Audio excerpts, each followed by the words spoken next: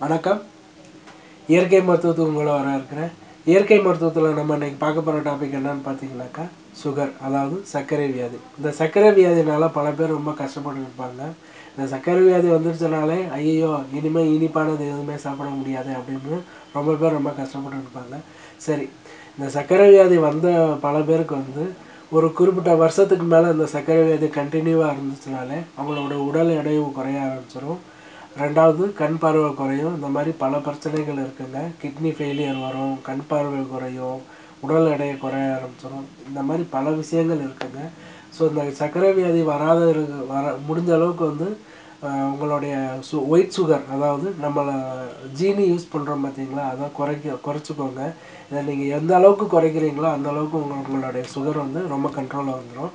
ரெண்டாவது, நீங்கள் இந்த சுகர் பேஷண்ட்ஸு செய்யக்கூடாத விஷயங்கள் என்ன அப்படின்னு பார்த்தீங்கன்னாக்கா, வாழைப்பழம் சாப்பிடாதீங்க. நிறைய பேர் என்ன செய்வாங்கனாக்கா, டெய்லி நைட்டு வாழைப்பழம் சாப்பிட்டு தூங்குகிற பழக்கம் இருக்கும். இந்த சுகர் பேஷண்ட்ஸு கண்டிப்பாக வாழைப்பழம் சாப்பிடக்கூடாது.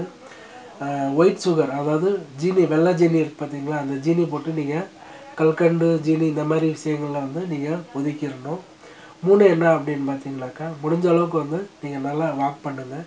ஸோ இந்த மாதிரி விஷயங்கள் நீங்கள் நிறையா பண்ணுங்கள்.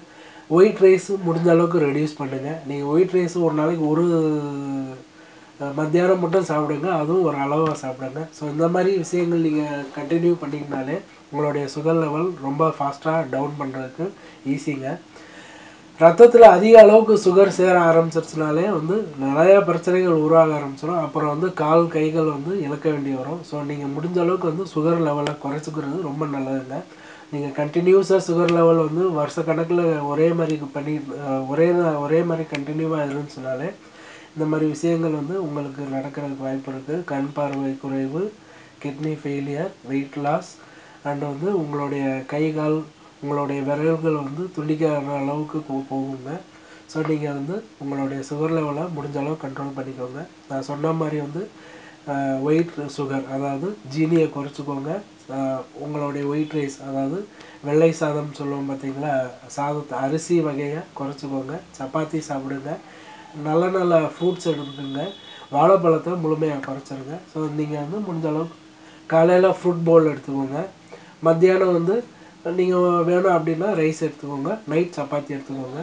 முடிஞ்ச அளவுக்கு உங்களுடைய சாப்பாட்டு விகிதத்தை கண்ட்ரோல் கொண்டு வந்துக்கோங்க. வாழைப்பழத்தை ரொம்ப சாப்பிடாதீங்க. வாழைப்பழம் நல்லதுக்குங்க. சரி, இப்போ இதுக்கு தேவையான மருத்துவம் அப்படின்றது என்னன்னு பார்ப்போம். உங்களுக்கு தேவையானது என்னன்னு பார்த்தீங்கன்னா, நெல்லிக்காய், மஞ்சள். இப்போ நீங்கள் நெல்லிக்காய் பவுட்ரு வெளியில் பாக்கெட்டாக கிடைக்கிது. முடிஞ்சால் அது வாங்கிக்கோங்க. அப்படி இல்லைன்னா இயற்கையாக வேணும், அப்படி நீங்கள் ரொம்ப நல்லா சுத்தமாக வேணும் அப்படின்னு நினச்சிங்கன்னா நீங்களே ஒரு 2 கிலோ நெல்லிக்காய் வாங்கி நல்லா கட் பண்ணி பீஸாக கட் பண்ணி நீங்கள் வெயிலில் ஒரு 15-20 நாள் நல்லா வெயில் அடிக்கிற வெயிலில் வச்சிங்கன்னா நல்லா பவுட்ரு பண்ணுற அளவுக்கு, தேவையான அளவுக்கு பவுட்ரு பண்ணுற அளவுக்கு வந்துடுங்க. ஸோ மஞ்சளையும் அதே மாதிரி மஞ்சள் பாக்கெட் வாங்கி நீங்கள் மிக்ஸ் பண்ணுறதுக்கு பதிலாக மஞ்சள் வாங்கி நீங்கள் வெயிலில் போட்டு, நெல்லிக்காயும் மஞ்சளையும் ரெண்டையும் வெயிலில் போட்டு நல்லா காயிற அளவுக்கு, நல்லா ட்ரை ஆயிடுச்சுனாலே தெரியும் உங்களுக்கு. ட்ரை ஆயிடுச்சுன்னா பவுட்ரு பண்ணுற அளவுக்கு வந்துடும். ஸோ இந்த நெல்லிக்காவையும் மஞ்சளையும் நீங்கள் வாங்கிட்டு ஒரு 2 கிலோ நெல்லிக்காய் வாங்கினீங்கனாக்கா 1/4 கிலோ மஞ்சள் போதுங்க. ஏன்னா ஒரு 3 டீஸ்பூன் நெல்லிக்காய் பவுடர் எடுத்திங்கன்னா 1 டீஸ்பூன் தான் நம்ம மஞ்சள் சேர்க்க போகிறோம். அதனால் நீங்கள் ஒரு 2 கிலோ நெல்லிக்காய் வாங்கி நீங்கள் வெயிலில் காய வச்சிங்கன்னா 1/4 கிலோ மஞ்சள் போதுமான அளவுங்க. இப்போ நீங்கள் 2 கிலோ நெல்லிக்காவை வாங்கி நல்லா சின்ன சின்னதாக கட் பண்ணி வெயிலில் காய போட்டிங்கன்னா ட்ரை ஆயிரும். ட்ரை ஆயிடுச்சுன்னா உங்களுக்கு பவுட்ரு லெவல் கொண்டு வரலாம். ஸோ இந்த மஞ்சளையும் நீங்கள் வெயிலில் போட்டிங்கன்னா அதுவும் மஞ்சளையும் பவுட்ரு பண்ணுற அளவுக்கு நல்லா ட்ரை பண்ணிடுங்க. ஸோ இந்த ரெண்டையும் நீங்கள் வெயிலில் போட்டு நல்லா காய வச்சிட்டிங்கன்னா நீங்கள் பவுட்ரு பண்ணுறதுக்கு ஈஸி. இப்போ இதை எப்படி செயல்படுத்த போகிறேன் அப்படின்றத பார்ப்போம். இப்போ நீங்கள் நெல்லிக்காவை நல்லா பவுட்ரு பண்ணி வச்சுருப்பீங்களே, அப்படி இல்லைன்னா நெல்லிக்காய் பாக்கெட்டாக வெளியில் கிடைக்கிது. நாட்டு மருந்து கடையில் போட்டிங்கன்னா நெல்லிக்காய் பவுட்ரு இருக்கும். ஸோ அந்த நெல்லிக்காய் பவுட்ரு ரெடி பண்ணி வச்சுக்கோங்க. மஞ்சள், இந்த 2 தான் நமக்கு தேவையான விஷயம். ஒரு 4 டீஸ்பூன் நெல்லிக்காய், அதாவது ஒரு 3 பெரிய டீஸ்பூன் இருந்தால் ஒரு 3 டீஸ்பூன் நெல்லிக்காய் பவுட்ரு எடுத்திங்கனாக்கா ஒரு 3/4 டீஸ்பூன் மஞ்சள் தூள், இந்த ரெண்டையும் மிக்ஸ் பண்ணுங்கள். இந்த ரெண்டையும் மிக்ஸ் பண்ணிவிட்டு நீங்கள் காலையில் எம்டி ஸ்டொமக்கில் இந்த ரெண்டையும் மிக்ஸ் பண்ணி நீங்கள் தண்ணி மாதிரி, அதாவது ஒரு ட்ரிங்க்ஸ் மாதிரி எடுத்துக்கோங்க. நீங்கள் இதை தொடர்ந்து ஒரு 2 மாதம் எடுத்திங்கனாலே உங்களுடைய ரத்தத்தில் ஹை லெவலில் இருக்குது பார்த்தீங்களா, உங்களுடைய ரத்தத்தில் அதிகப்படியான இருக்கிற சுகர் வந்து கண்ட்ரோல் கொண்டு வந்துடலாம். இதை நீங்கள் கண்டினியூஸாக சாப்பிட்டுக்கிட்டே வந்தீங்கன்னாக்கா ஒரு 6 மாதத்தில் உங்களுடைய சுகர் லெவல் ஒரு ஸ்டாண்டர்டான உங்களுக்கு நார்மலாக எப்படி இருக்கணும் 120 80 to 120ன்னு சொல்லியிருப்பாங்க. ஸோ அந்த 120க்கு நீங்கள் கொண்டு வந்துடலாம். இந்த நீங்கள் கண்டினியூஸாக ஒரு 6 மந்த்து குடிச்சிக்கிட்டே வாங்க. நான் ஏற்கனவே சொன்ன மாதிரி ஒயிட் ரைஸை முடிஞ்ச அளவுக்கு குறைச்சிருங்க. சுகர் அதாவது சர்க்கரை போட்டு நீங்கள் காஃபி குடிக்கிறது, சர்க்கரை போட்டு நீங்கள் ஜூஸ் குடிக்கிற மாதிரி இருந்துச்சுன்னா அதை முழுமையாக குறைச்சிருங்க. சப்பாத்தி எடுத்துக்கோங்க, தப்பு இல்லை. நீங்கள் முடிஞ்சால் காலையில் வந்து நல்லா பழங்கள் சாப்பிடுங்க. டெய்லி ஒரு ஆப்பிள் எடுத்துக்கோங்க, கேரட் சாப்பிடுங்க.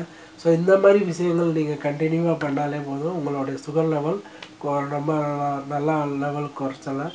அதிகமாக தண்ணி குடிங்க. நீங்கள் வண்டியில் தான் போவீங்க அப்படின்னா உங்களோட ஆஃபீஸ் ஒரு 2 கிலோமீட்டர் லெவலில் இருந்துச்சுன்னா முடிஞ்ச அளவுக்கு நடந்து போங்க, தப்பு இல்லை. இதை நீங்கள் தொடர்ந்து செஞ்சுக்கிட்டே வந்தீங்கனாலே உங்களுடைய சுகர் லெவல் ரொம்ப நல்லா குறைஞ்சிருங்க. ஸோ நீங்கள் ட்ரை பண்ணி பாருங்கள், நல்ல ரிசல்ட் கிடைக்கும். நீங்களே சொல்லுவீங்க 3 மாதத்துக்கு முன்னாடி வந்து நான் என்னுடைய உடலில் வந்து ரொம்ப சோர்வாக இருந்துச்சு, ஒரு சின்ன சின்ன வேலை பார்க்கும்போது கூட டயர்னஸ் இருந்துச்சுன்னு.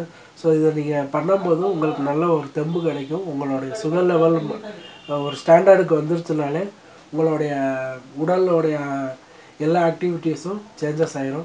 ஸோ நீங்கள் இதை ட்ரை பண்ணி பாருங்கள், நல்ல ரிசல்ட்டு கிடைக்கும்.